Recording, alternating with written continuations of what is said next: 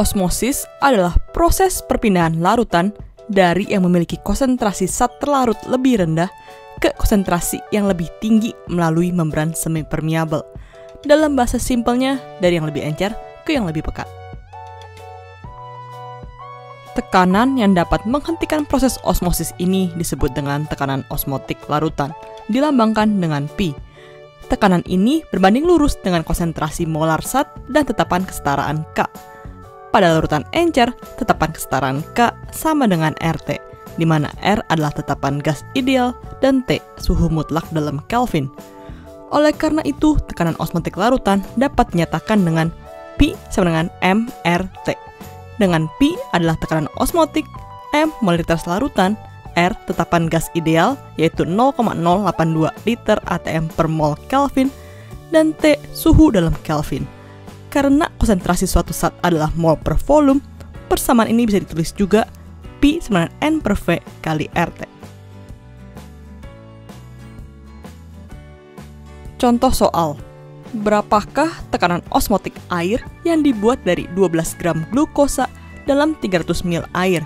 Suhu larutan adalah 25 derajat Celcius, mR glukosa 180, dan tetapan gas ideal R sama dengan 0,082 liter atm per mol Kelvin. Pertama, kita hitung dulu jumlah mol glukosa, yaitu 12 gram per 180 sama dengan 0,67 mol. Suhu larutan adalah 25 derajat Celcius yang berarti 298 Kelvin. Volumenya 300 ml artinya 0,3 liter. Tekanan osmotik larutan P sama dengan N per V kali RT.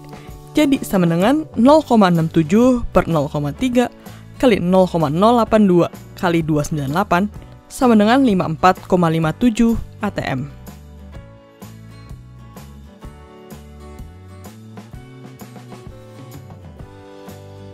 Jika dua larutan yang terpisahkan oleh membran semi-permeabel memiliki tekanan osmotik yang sama, hal ini disebut dengan isotonik. Jika suatu larutan memiliki tekanan osmotik yang lebih besar dari yang lain, larutan ini disebut dalam keadaan hipertonik. Sebaliknya, ketika tekanan osmotik ini lebih kecil dari larutan tersebut, larutan ini disebut dalam keadaan hipotonik. Salah satu aplikasi penting tekanan osmotik adalah untuk sel hidup.